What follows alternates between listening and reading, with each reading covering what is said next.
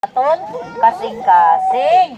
Kapag Jesus tumuktok ito kasing-kasing, aabrihan mo ba Jesus? Opo. Aabrihan mo ya? Opo. Okay. Mainit na portion dito tumuktok si kasi Jesus sa imo kasing-kasing, si Jesus alam mo sa ay salon. papapasukin sa ating puso.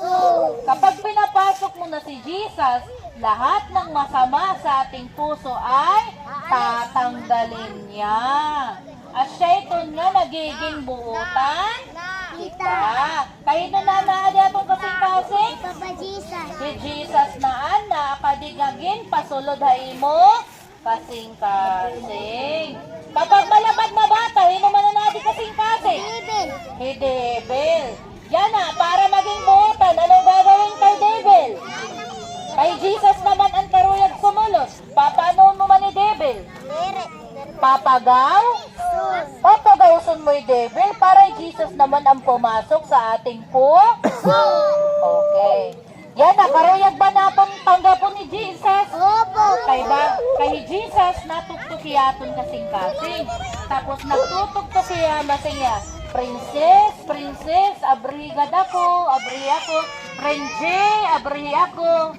Kapag Jesus tumuktok ka aton kasing-kasing, ibig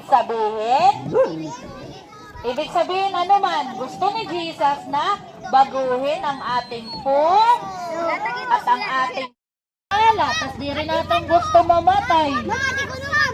Diba? Dapat hindi tayo gumagawa ng kasalanan. Pero kaya mo ba hindi gumawa ng kasalanan?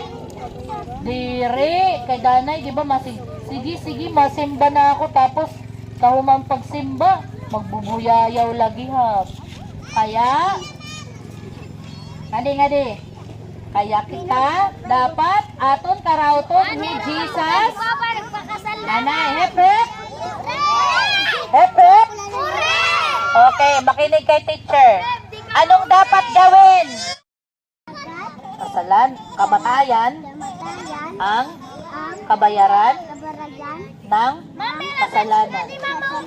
Ngunit, ngunit ang walang walang bayad bayan na kaloob ng Diyos kaloob ng Diyos ay buhay na walang hanggan. Sa pamamagitan ni Kristo Jesus na ating Panginoon. Sige, add me lang ito dito. Ayaw ko. Ayaw ito. Matthew? Anay. Matthew 6. Iintindihon tahanay ning aton ginto todo. Sige, lingkod. Matthew